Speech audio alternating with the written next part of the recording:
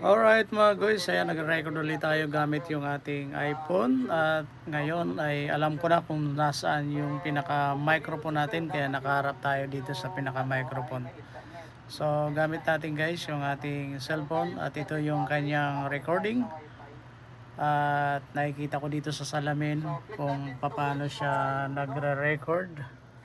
Ayan, bali ito yung external memory natin mga guys para hindi mapuno kaagad yung ating memory kasi itong cellphone natin 256 lang ito so 256 lang siya, so ngayon nagre-record ngayon siya, meron siyang memory na 512.